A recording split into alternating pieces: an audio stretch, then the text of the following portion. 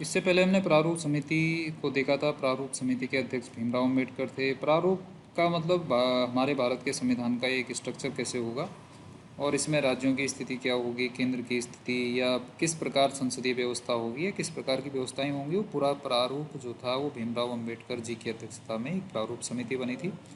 और प्रारूप समिति के अध्यक्ष डॉक्टर भीमराव अम्बेडकर थे। और प्रारूप समिति 7 सदस्यों की ये एक समिति थी। अध्यक्ष भीमराव अम्बेडकर जी थे।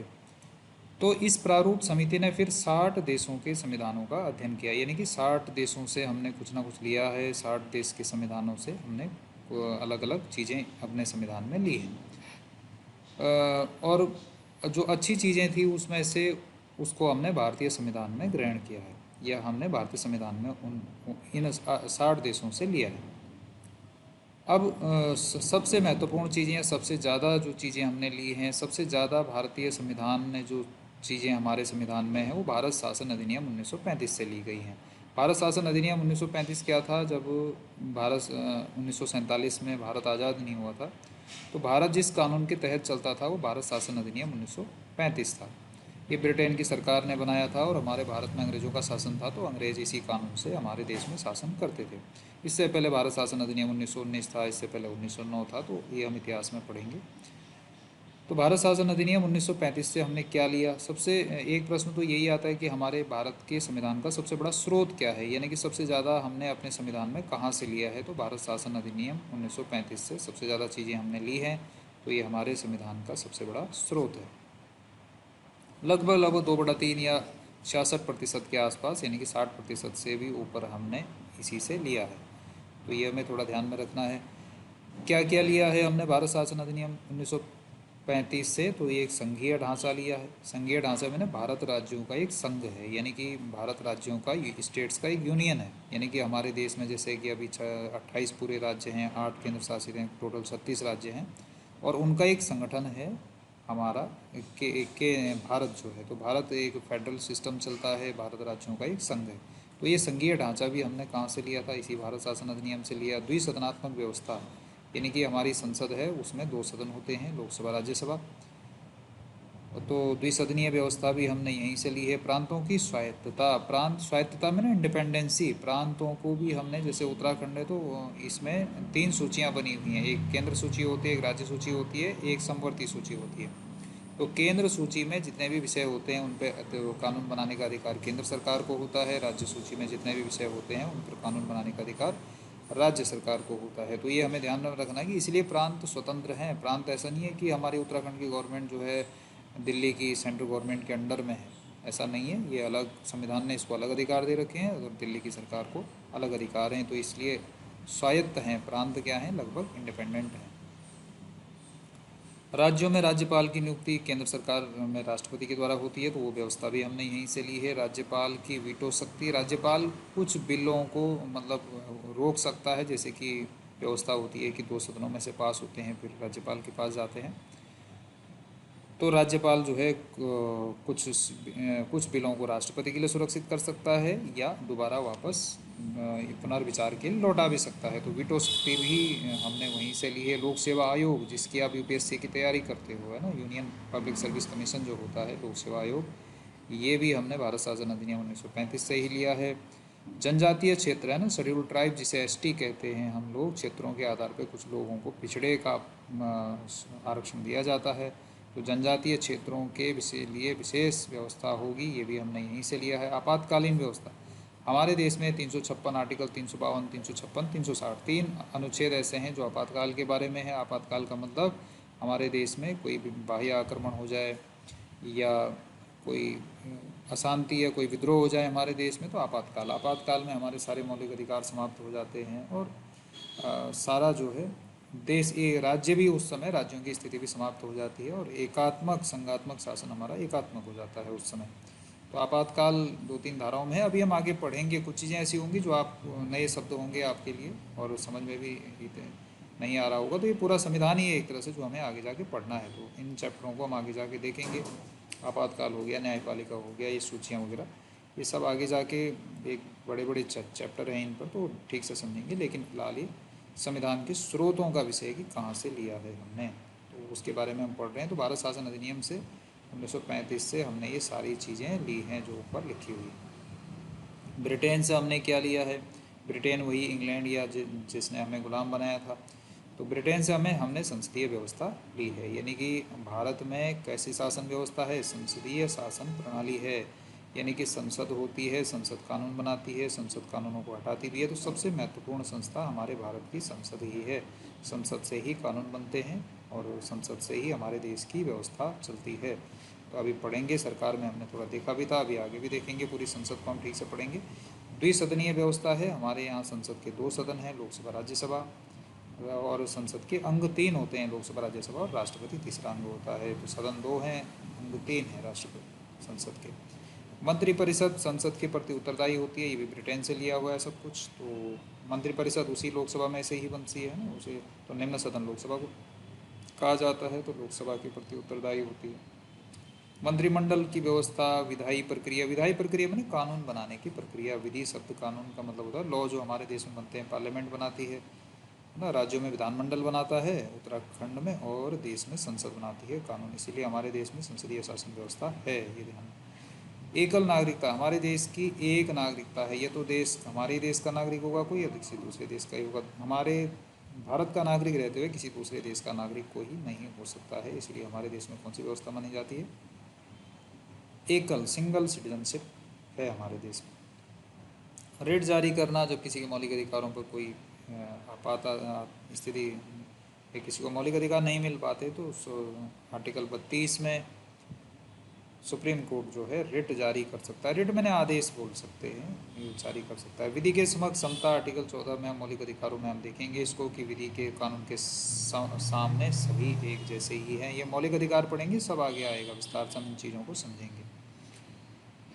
अग्रता ही विजेता, हमारे देश में जब चुनाव कोई जीतता है तो उसके लिए एक ही सिद्धांत लागू होता है, जिसे कहा जाता है अग्रता ही विजेता, यानी कि सबसे ज़्यादा वोट जिसके हैं उसको विजेता मान लिया जाता है। ये ध्यान में रखना। सबसे ऊपर वाला जो होता है उसमें परसेंटेज का कोई हिसाब नहीं है कि साहब इतने परसेंट आने ही चाहिए इसके, तो सबसे ऊपर होता है, चाहे कितने भी वोट हैं उसके, तो सबसे आगे होगा वही विजेता होगा। CAG कंट्रोलर है, ऑडिटर जनरल। जैसे अकाउंटेंट होता है ना, ये देश का भी एक ऑडिटर होता है देश की सरकार का, वो आगे देखेंगे हम अभी।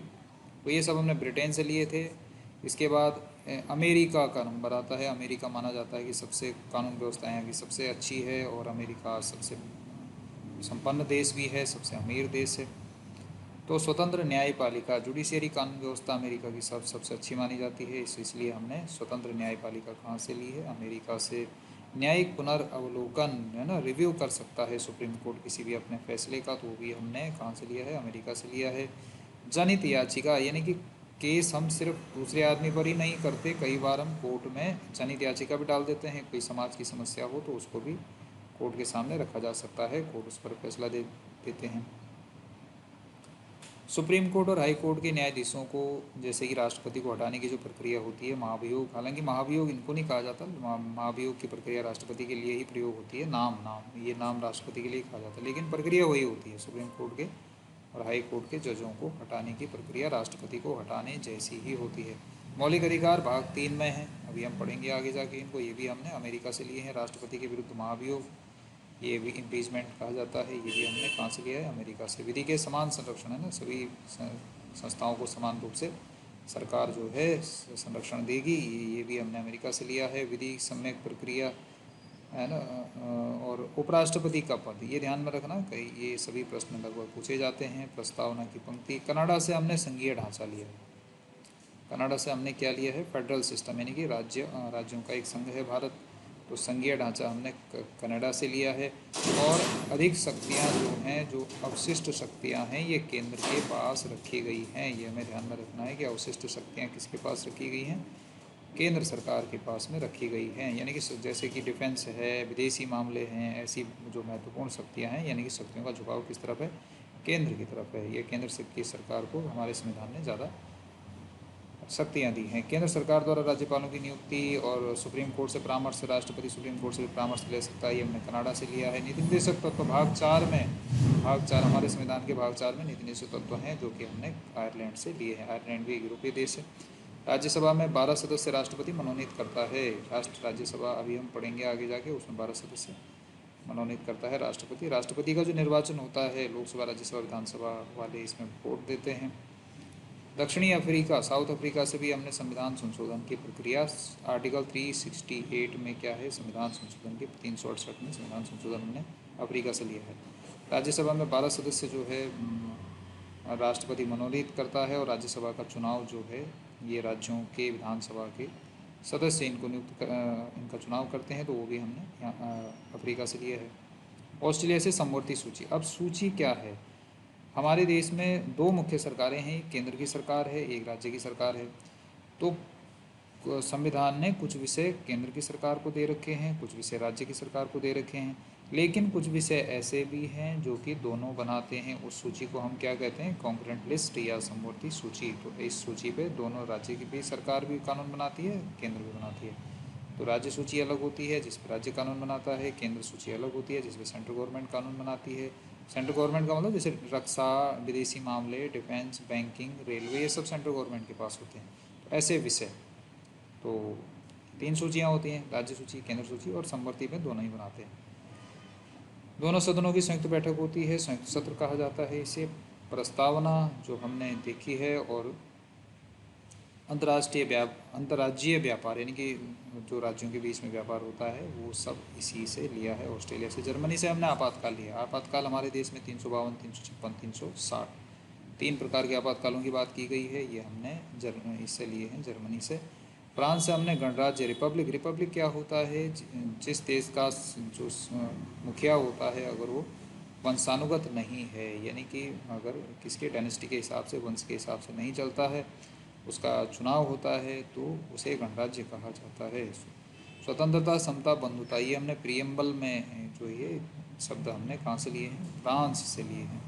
रूस से मौलिक कर्तव्य लिए हैं। सामाजिक, आर्थिक, राजनीतिक न्याय भी, जो हमारे नीति निर्देशक तत्वों में 3 प्रकार के न्याय की बात की गई है।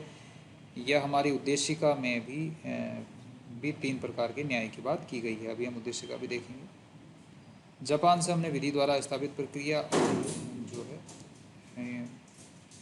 इस तरह से हमने अलग अलग देशों से भारत के संविधान को लिया है। तो ये स्रोत थे कुछ भारतीय संविधान के। अब प्रस्तावना थोड़ा सा देख लेना। प्रस्तावना क्या, एक प्रियम्बल है जो कि हमारे संविधान के पहले पन्ने पर लिखी हुई है।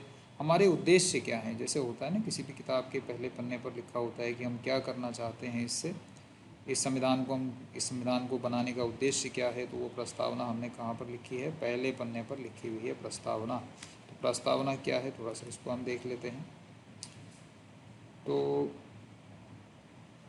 प्रस्तावना जो है, जैसे यहाँ पर लिखा हुआ है कि हम भारत के लोग भारत को एक संपूर्ण प्रभुत्व संपन्न, समाजवादी, पंथ निरपेक्ष, लोकतंत्रात्मक गणराज्य बनाने के लिए तथा उसके समस्त नागरिकों को सामाजिक, आर्थिक, राजनीतिक न्याय, विचार अभिव्यक्ति, विश्वास, धर्म उपासना की स्वतंत्रता और प्रतिष्ठा अवसर की समता प्राप्त करने के लिए तथा उन सब में व्यक्ति की गरिमा और राष्ट्र की एकता, अखंडता सुनिश्चित करने वाली बंधुता बढ़ाने के लिए दृढ़ संकल्प होकर इस संविधान की सभा में 26 नवंबर 1949 को हम जो है इस संविधान को अंगीकृत, अधिनियमित, आत्मार्पित करते हैं। तो ये ध्यान में रखना, ये प्रियम्बल है, ये हमारी उद्देशिका है, ये संविधान के पहले पन्ने पर लिखी हुई है। इससे बहुत सवाल आते हैं, जैसे कि भारत को हम कैसा राज्य बनाना चाहते हैं, प्रभुत्व संपन्न। प्रभुत्व संपन्न का मतलब होता है सोवरेन कंट्री। सोवरेन कंट्री का मतलब होता है कि हम अपने आंतरिक फैसलों को लेने के लिए इंडिपेंडेंट है, हमें किसी दूसरे की सलाह की आवश्यकता नहीं है। तो कभी भी जब कोई देश हमारे आंतरिक मामलों पे कहता है, कुछ कहता है कि कश्मीर में ये हो रहा है, तो भारत की सरकार यही कहती है कि भैया हम एक सोवरेन राष्ट्र हैं, हम एक प्रभुत्व संपन्न कंट्री हैं, हम अपने फैसले खुद ले सकते हैं, आपको बीच में बोलने की आवश्यकता नहीं है। तो प्रभुत्व संपन्न का मतलब आप समझ गए होंगे। समाजवादी, समाजवाद की स्थापना जो है ये विचार कार्ल मार्क्स ने दिया था, है ना। और कार्ल मार्क्स एक यूरोपीय फिलोसोफर, दार्शनिक था। उसने कहा था कि पूरी संसार में 2 ही प्रकार के लोग रहते हैं, एक गरीब हैं और एक अमीर हैं, और अमीर जो हैं गरीबों का शोषण कर रहे हैं। तो समाजवाद की बहुत सी सरकारें भी हमारे देश में, समाजवादी पार्टी, कम्युनिस्ट पार्टी, है ना, ये चाइनीज़, और ये इनमें समाजवादी अर्थव्यवस्था का रूप देखा जाता है। चाइना हो गया, रशिया हो गया, जिसमें कि लोग थोड़ा सा अलग विचार रखते हैं कि पूंजीवाद नहीं होना चाहिए। जैसे अमेरिका एक पूंजीवादी देश है, लेकिन और ये रूस और चीन वगैरह और कुछ देश ऐसे हैं जो कि समाजवाद की बात करते हैं। हालांकि हमने भारत ने मिश्रित विचार को लिया है, हमने समाज को भी देखा है, और हमने जो है जो औद्योगिक प्रगति है उसको भी हमने साथ में रखा है। अगली जैसे पंथ निरपेक्ष, पंथ का मतलब कोई भी पंथ नहीं होगा। देखो धर्मनिरपेक्ष नहीं शब्द है, धर्मनिरपेक्ष हमारी उद्देशिका में नहीं है, ध्यान में रखना। शब्द क्या है? पंथ निरपेक्ष। पंथ का मतलब जैसे कि जो भी है ये धर्म, हम सामान्य शब्दों में इसको हम धर्म कहते हैं, लेकिन धर्म का अर्थ कर्तव्य माना गया है। तो पंथ निरपेक्ष शब्द है, तो हमारा राज्य का कोई भी पंथ नहीं होगा। पंथ का मतलब हिंदू मुस्लिम ऐसे हम समझ सकते हैं कि ये पंथ माने जाते हैं। धर्म एक अलग शब्द होता है। लोकतंत्रात्मक, लोकतंत्र आपको पता है कि अब्राहम लिंकन ने बहुत अच्छी परिभाषा दी है, जनता का, जनता के लिए, जनता द्वारा शासन।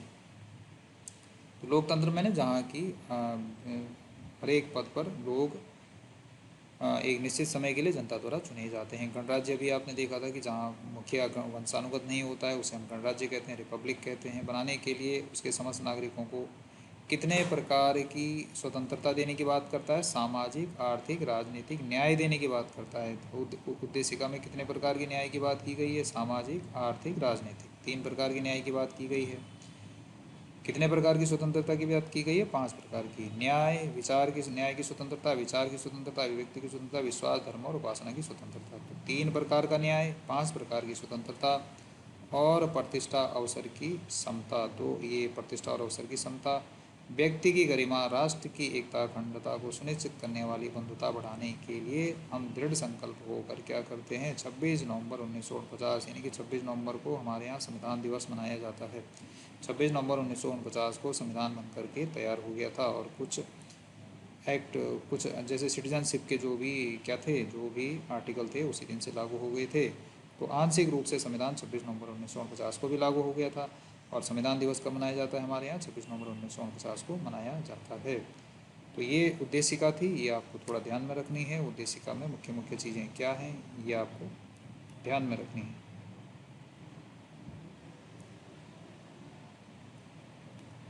तो ये प्रस्तावना आपने देख ली होगी। प्रस्तावना में मुख्य मुख्य चीज़ें हमें पता होनी चाहिए कि हम जो है भारत को संपूर्ण प्रभुत्व संपन्न बनाना चाहते हैं, समाजवादी, पंथनिरपेक्ष, लोकतंत्रात्मक गणराज्य बनाने के लिए। और किस तरह ये 3 तरह का न्याय है, 5 तरह की स्वतंत्रता है, प्रतिष्ठा और 26 नवंबर 1950 को हमने इसे जो है स्वीकार कर लिया था। तो इसलिए 26 नवंबर को ही संविधान दिवस भी हमने देखा। प्रस्तावना में क्या संशोधन हो सकता है? तो सुप्रीम कोर्ट का एक निर्णय आया था जिसमें कि ये कहा गया है कि संशोधन किया जा सकता है। और 1976 में इसमें संशोधन भी किया गया था। और इसमें समाजवादी, पंथ निरपेक्ष और अखंडता ये 1976 में 42वें संविधान संशोधन के द्वारा जोड़े गए शब्द हैं। तो मूल संविधान में ये 3 शब्द नहीं थे। ये 3 शब्द, नए शब्द कब जोड़े हमने उद्देशिका में? 42वें संविधान संशोधन 1976 में जोड़े। एक सवाल इस तरह से भी पूछा जाता है कि क्या ये संविधान का ही हिस्सा है? अब संविधान तो अभी आगे शुरू होने वाला है ना, भाग 1, भाग 2, 22 भाग हैं संविधान के। तो ये शुरू में लिखा हुआ है संविधान के पहले पन्ने पर। तो क्या ये संविधान का ही भाग है? तो प्रस्तावना 1960 में एक सुप्रीम कोर्ट ने एक निर्णय दिया था कि पहले तो कहा था कि संविधान का भाग नहीं है, लेकिन 1973 में एक दूसरा निर्णय आया। यानी कि महत्वपूर्ण निर्णय कौन सा है? ये 1973 वाला जो बाद में आया है। और फिर सुप्रीम कोर्ट ने माना था कि संविधान का भाग है, लेकिन अनुच्छेद के जैसा नहीं है। भाग तो है और अनुच्छेद के जैसा नहीं है। तो न्यायालय द्वारा परिवर्तनीय नहीं है। तो ये थोड़ा सा ध्यान में रखना है आपको। तो संविधान का भाग है। अंतिम निर्णय क्या कहता है सुप्रीम कोर्ट का? कि ये संविधान का भाग है। तो ये ध्यान में रखना है। तो ये उद्देशिका थी। उद्देशिका पर पूछे जाने वाले महत्वपूर्ण प्रश्न आप आगे देखेंगे भी, आप टेस्ट भी मिलेगा चैप्टर का इसमें। तो ये था आपका उद्देशिका और भारतीय संविधान के